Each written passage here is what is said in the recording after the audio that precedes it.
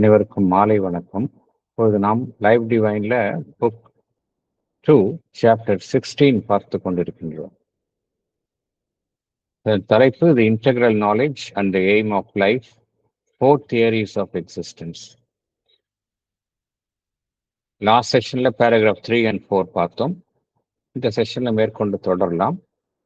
Paragraph 3 and 4 அதனுடைய சுருக்கத்தை சற்று நினைவு கூர்வோம்.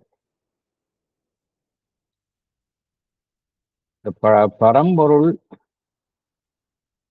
அது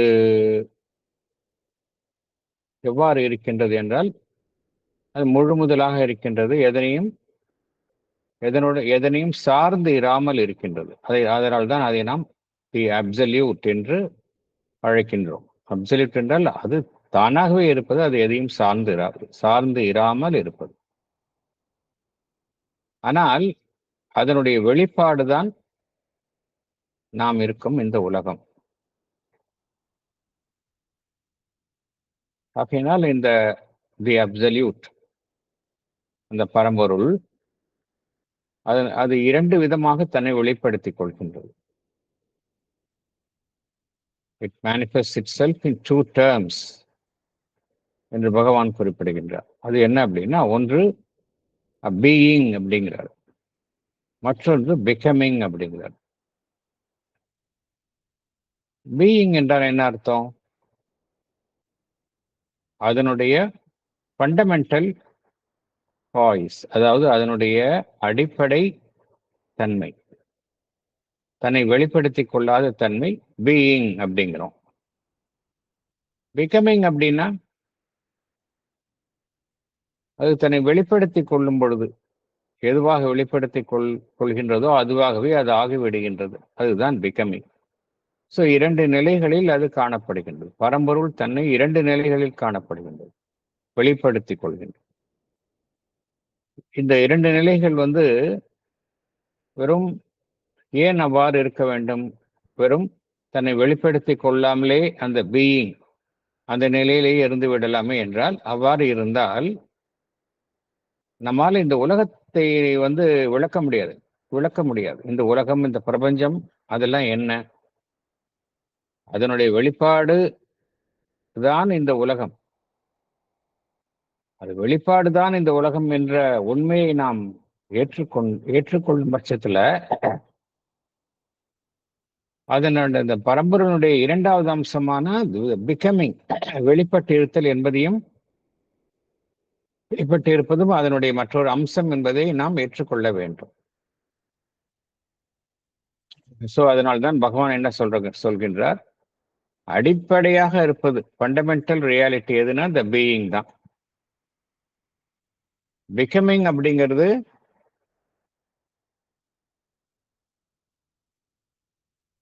தன்னை அது வெளிப்படுத்திக் கொள்ளும் பொழுது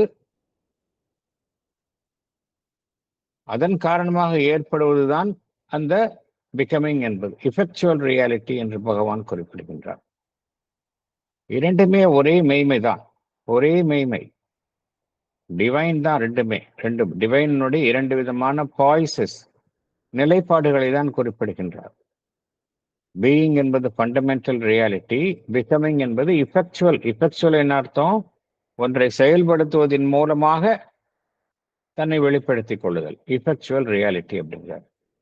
இஃபெக்சுவல் ரியாலிட்டி அப்படின்னு என்ன அர்த்தம்? அந்த இடத்துல ஆக்ஷன் வந்துடுது. ஆக்ஷன் அப்படின்னால என்ன அர்த்தம்? செயல்பாடு அப்படின்னா அதுக்கு பின்னாடி சக்தி வேண்டும். சக்தி இல்லாமல் செயல்பட முடியாது.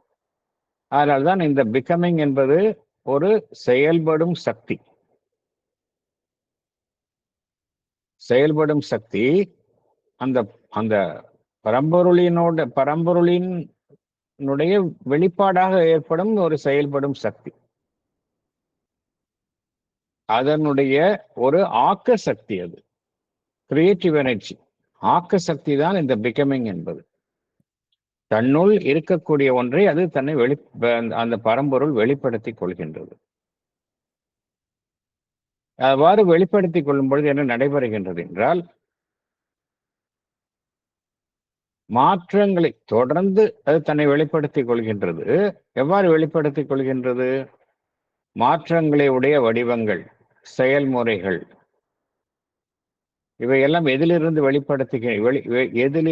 வெளிப்படுகின்றன என்றால் மாற்றமே இல்லாத வடிவமே இல்லாத தன்னுடைய சாராம்சத்திலிருந்து அது வெளிப்படுகின்றது. Outcome of its immutable formless essence அப்படின்னு பகவான் குறிப்பிடுகின்றார். அதனுடைய சோர்ஸ் மாற்றமே அடையாத வடிவமே இல்லாத அதனுடைய எசன்ஸ், அதிலிருந்து மாற்றங்களை உடைய ஒரு தோற்றங்களை அது உருவாக்குகின்றது. எப்படி நம்ம அந்த பீயிங் அது மாத்திரமே உண்மை என்று நாம் அதுதான் ரியாலிட்டி, பிகமிங் என்பது ரியாலிட்டி இல்லை என்று கூற முடியாதோ, அதே போல இந்த பிகமிங் அது மாத்திரம் தனித்து இருப்பது என்றும் கூற முடியாது. இந்த பிகமிங் என்றால் வெளிப்பாடுகள், இந்த உலகத்தில் காணக்கூடிய விஷயங்கள் எல்லாம் தானே இருக்கின்றன அப்படின்னு நம்ம சொல்ல முடியாது. நம்ம எப்ப எடுத்துக்கலாம் அப்படின்னா, நம்ம ஏதோ ஒரு காரணத்திற்காக நம்மளுடைய ஒட்டுமொத்த கவனத்தையும் ஒரு தனிப்பட்ட ஒரு பொருளின் மீதோ ஒரு அமைப்பின் மீதோ இந்த உலகத்தில் நம் கவனத்தை குவித்துக் கொள்ளும் பொழுது அது மாத்திரமே உண்மை என்கின்ற ஒரு நிலைப்பாட்டை எடுத்துக்கொள்ளலாமே ஒழிய அது உண்மை, அது அடிப்படையில் அது உண்மை கிடையாது. என்ன காரணம் என்றால், எவையெல்லாம் இந்த உலகத்தில் காணப்படுகின்றதோ அதற்குள்ளேயே அந்த பரம்பொருளும் இருக்கின்றது.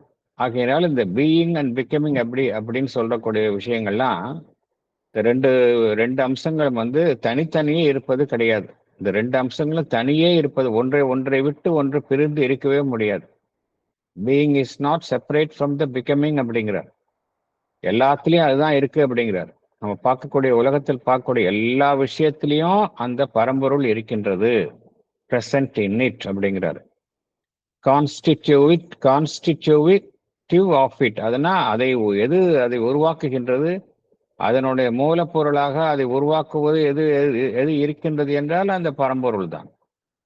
அப்புறம் அதிலேயே அது இருக்கின்றது, இன்ஹெரண்ட் இன் இட், அதில் இருக்கக்கூடிய ஒவ்வொரு அணுவிலும் அது இருக்கின்றது என்று பகவான் குறிப்பிடுகின்றார். ஸோ இதுதான் அந்த பீயிங் அண்ட் பிகமிங், அதனுடைய பொருளை பகவான் விளக்குகின்றார். இந்த பிகமிங் அப்படிங்கிறத பார்த்தோம். இந்த உலகத்துல நாம் இருக்கின்றோம், நாம் தான் பிகமிங். மனிதர்கள் தான் பிகமிங், ஒவ்வொரு பொருளும் தான் பிகமிங். மனிதனை எடுத்துக்கொள்ளலாம். மனிதன்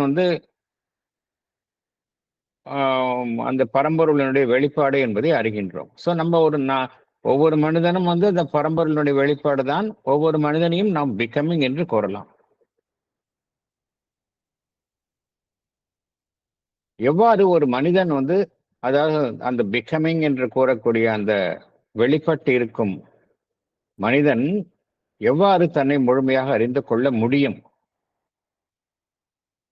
ஒவ்வொரு மனிதனும் சொல்லலாம், நான் எனக்கு என்னை பத்தி நன்றாக தெரியும் அப்படின்னு சொல்லலாம். அப்படின்னு பொதுவாக நம்மளாம் இந்த எனக்கு தெரியும் என்னை பத்தி அப்படின்னு சொல்றோம். நம்ம இதெல்லாம் சாதாரணமாக நம்ம உபயோகிக்கும் சொற்றொடர்கள். உண்மையிலேயே நமக்கு நாம் யார் என்பது தெரியுமா அப்படின்னா தெரியாது. நம்ம வெளிப்புற அமைப்பை வைத்துக்கொண்டு இன்ன பெயர், இன்ன ப்ரொஃபஷன், இந்த ஃபேமிலி, இந்த ஊர், இப்படி வெவ்வேறு அடையாளங்களை கொண்டு நாம் நம்மை அறிந்து கொள்கின்றோம். உண்மையிலேயே நாம் யார் என்றால் நாம் அந்த பரம்பொருளுடைய ஒரு அம்சமான ஒரு ஆன்மன். அதுதான் நம்மளுடைய ரியல் ஐடென்டிட்டி. அது தெரியுமா என்றால் தெரியாது நம்மளுக்கு.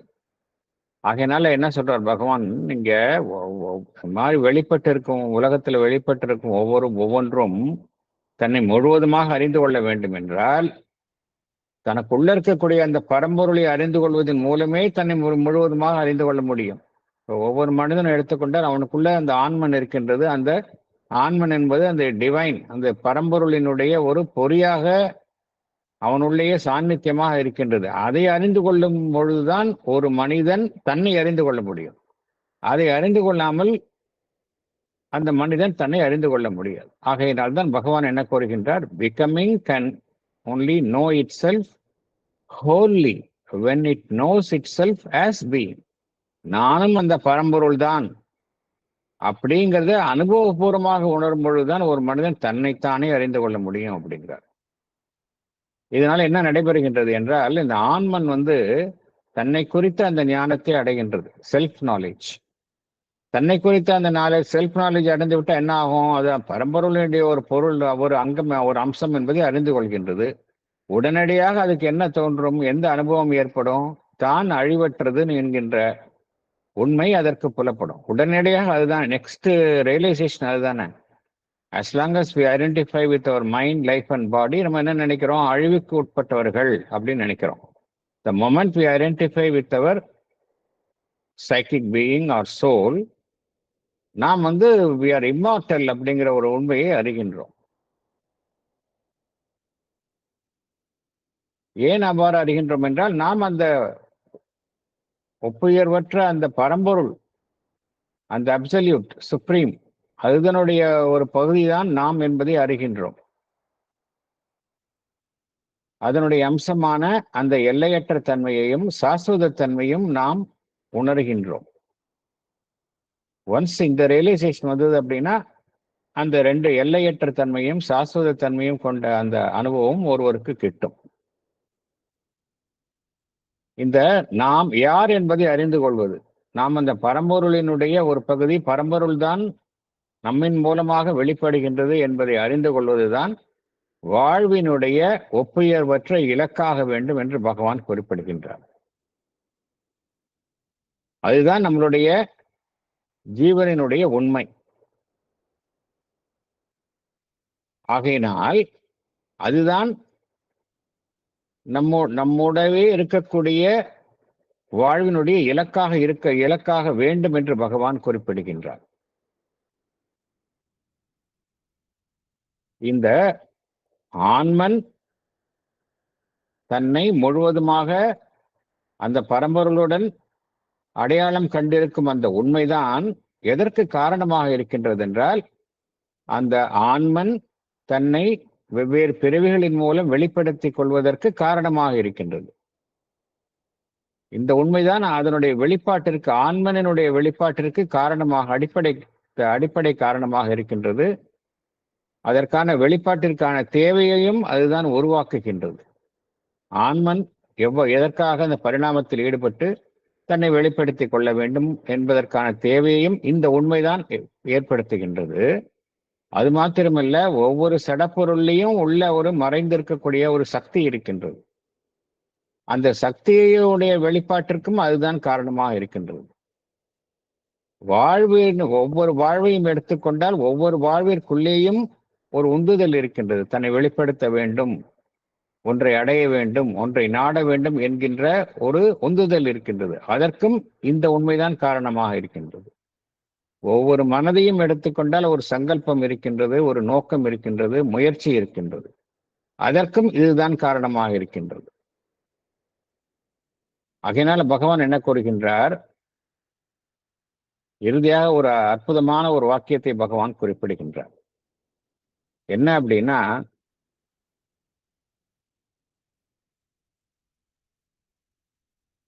எது நம்முள் ஆரம்பம் முதல், எது நம்முள் ஆரம்பம் முதல் மறைந்து இருக்கின்றதோ அதை வெளிப்படுத்துவதுதான் இந்த ஒட்டுமொத்த பரிணாம வளர்ச்சி, பரிணாமத்தினுடைய அந்த ஒட்டுமொத்த இயற்கையினுடைய பரிணாமத்தினுடைய ஒரு மறைந்துள்ள ஒரு செயல்பாடாக காணப்படுகின்றது அப்படிங்கிறார். நம்முள் ஆரம்பம் முதல் எது மறைந்து உள்ளதோ அதை வெளிப்படுத்துவதுதான் இந்த ஒட்டுமொத்த பரிணாமத்தினுள்ள மறைந்துள்ள ஒரு செயல்பாடாக காணப்படுகின்றது அப்படிங்கிறார். பரிணாமம் எதற்காக நடைபெறுகின்றது என்றால், நம்முள் மறைந்துள்ள அந்த இறை சக்தி, அந்த சீக்ரெட் கான்சியஸ்னஸ், அதை வெளிப்படுத்துவதுதான் ஒட்டுமொத்த பரிணாமத்தினுடைய ஒரு மறைந்திருக்கும் ஒரு செயல்பாடாக காணப்படுகின்றது என்று பகவான் குறிப்பிடுகின்றார். To manifest what is from the first occult within, to manifest what is from the first occult within it, is the whole hidden trend of evolutionary nature அப்படிங்கிறார். இதுதான் ஒரு சீட் ஐடியாவாக பகவான் இங்கே குறிப்பிடுகின்றார்.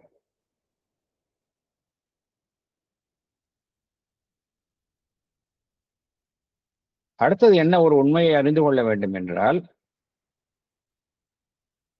எல்லாத்திற்கும் அடிப்படையாக இருப்பது, எல்லாத்திற்கும் மேலானதாக இருப்பது அந்த எல்லாவற்றையும் கடந்துள்ள அந்த பரம்பொருள், சூப்ரா காஸ்மிக் அப்சல்யூட். அதுதான் அனைத்தையும் கடந்த நிலையில் இருப்பது.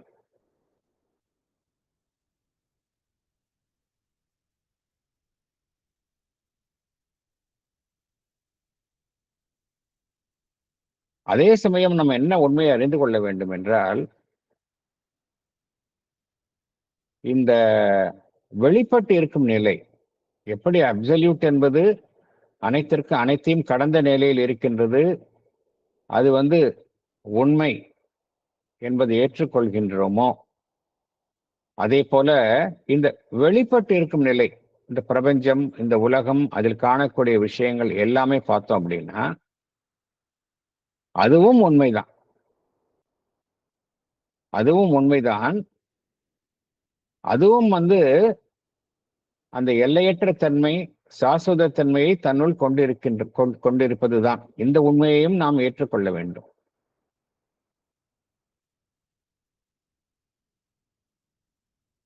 வெறும் எல்லாம் கடந்த நிலையில் இருக்கக்கூடிய அந்த முழுமுதலான அந்த அப்சல்யூட் என்பதுதான் உண்மை என்கின்ற கருத்து ஒருதலைபட்சமாக கருத்தாக இருக்க முடியும். அந்த கருத்தும் உண்மை. இங்கு வெளிப்பட்டு இருக்கும் அனைத்தும் உண்மைதான். அதற்குள்ளே இருக்கக்கூடிய மெய்யான விஷயமும் அந்த பரம்பொருள் தான்.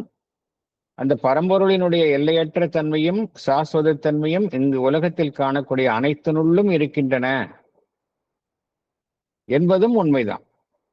சோ இந்த ரெண்டு கருத்தையும் எப்படி பார்க்கணும்? ஒரு சேரதான் பார்க்கணும் அப்படிங்கிறார் பகவான். பிரித்து பிரித்து பார்க்க கூடாது அப்படிங்கிறார். ஆகையினால இதனால என்ன அறிந்து கொள்கின்றோம் என்றால், நமக்குள்ள இருக்கக்கூடிய ஆன்மன் இருக்கின்றது. அந்த ஆன்மன் தானும் அந்த எல்லையற்ற தன்மையை உடையது என்பதை அறிந்து கொள்வது அதற்கும் சாத்தியம் என்பதை நாம் அறிய வேண்டும்.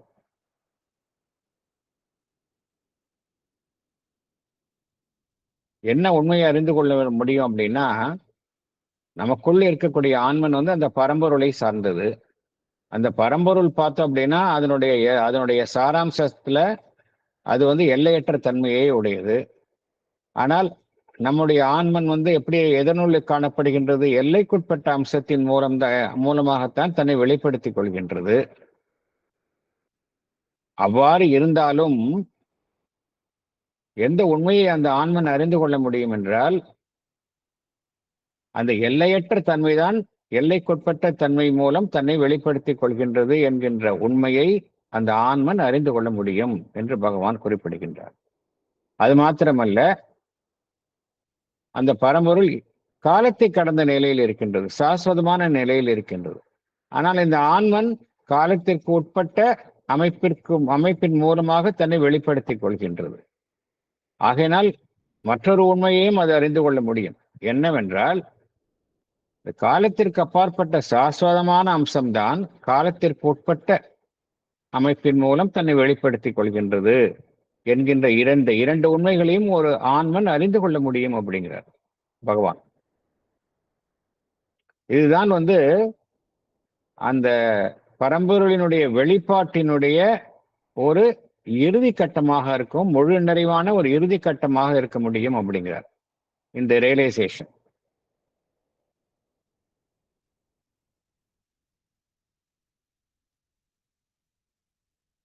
அவ்வாறு ஒருவர் இதை அறிந்து கொள்ள முடியும் பொழுது என்ன இதன் விளைவாக எதற்காக இது முக்கியத்துவம், இந்த அறிந்து கொள்ளுதல் என்பது எதற்காக ஒரு முக்கியத்துவத்தை பெறுகின்றது என்றால், இந்த பிரபஞ்சமும் பார்த்தோம் அப்படின்னா அதுவும் ஒரு பிகமிங் தான். அதற்கு இவ்வாறு அறிந்து கொள்வதன் மூலம் பிரபஞ்சத்திற்கு நாம் ஒரு ஆன்மீக முக்கியத்துவத்தை வழங்குகின்றோம். இந்த அறிந்து கொள்ளுதல், இந்த realisation it gives a full spiritual significance to the universe அப்படிங்கிறார். அதுதான் இந்த நம்மளுடைய ஆன்மன் தன்னை தன்னை வெளிப்படுத்துவதற்கான நியாயத்தை வழங்குகின்றது அப்படிங்கிறார். நாம் இந்த பிரபஞ்சத்தினுடைய இருப்பிற்கோ ஒரு தனி மனிதனுடைய வாழ்வினுடைய இருப்பிற்கோ முக்கியத்துவத்தை வழங்க மறுத்தால் அது ஒரு முழுமையான நம்முடைய இருப்பு குறித்த விளக்கமாக இருக்க முடியாது அப்படிங்கிறார். அதாவது இந்த பிரபஞ்சம் என்பது ஒரு பொய், ஒரு மாயை, அல்லது தனி மனிதன் என்பது ஒரு மாயை என்று நாம் கூறணும் அப்படின்னா, அவ்வாறு கூறக்கூடிய விளக்கங்கள் எல்லாம் பார்த்தோம் அப்படின்னா அது ஒரு ஹோல் எக்ஸ்பிளனேஷனா இருக்காது. நம்ம பிரபஞ்சமும் மெய், தனி மனிதனும் மெய் என்கின்ற ஒரு உண்மையைத்தான் நாம் அறிந்து கொள்ள வேண்டும் என்று பகவான் குறிப்பிடுகின்றார். ஸோ இந்த கருத்துக்கள் தான் நம்ம போன தடவை பார்த்தோம். அதாவது பகவான் அடிப்படையில் என்ன கூறுகின்றார் என்றால், எப்படி எல்லாம் கடந்த நிலையில் இருக்கக்கூடிய அந்த அப்சல்யூட் அது மெய்யான விஷயமோ, அதே போல அதனுடைய வெளிப்பாடும் மெய்யான விஷயம்தான். அதனுடைய வெளிப்பாடு என்றால் என்ன? நம்பர் 1, இந்த பிரபஞ்சம். முதல்ல பிரபஞ்சம் தான் அதிலிருந்து வருகின்றது. பிரபஞ்சம் என்பது அந்த மெய்ப்பொருளிலிருந்து வெளிப்படுவதால் அதுவும் மெய்யான விஷயம்தான். ஆனால் அந்த பிரபஞ்சத்தில் என்ன காணப்படுகின்றது? தனித்தனியான அமைப்புகள், எல்லா அமைப்புகளும் பிரபஞ்சத்தில் தான் காணப்படுகின்றன. சாதாரண சடப்பொருளில் இருந்து மனிதன் வரை எல்லாமே அங்குதான் காணப்படுகின்றன. எப்படி பிரபஞ்சம் என்பது அந்த பரம்பொருளினுடைய வெளிப்பாட்டின் காரணமாக உண்மையோ, அதே போல பிரபஞ்சத்திலிருந்து வெளித்தோன்றும் அனைத்து அமைப்புகளும் உண்மைதான். எல்லாமே உண்மைதான். எல்லாமே அந்த இறையம்சத்தினுடைய வெளிப்பாடுகள் தான். ஸோ இங்க எதுவுமே ஒரு பொய்யான அம்சம் கிடையாது என்கின்ற கருத்தை தான் பகவான் பேராகிராஃப் 3 and 4 அதுல விளக்குகின்றார்.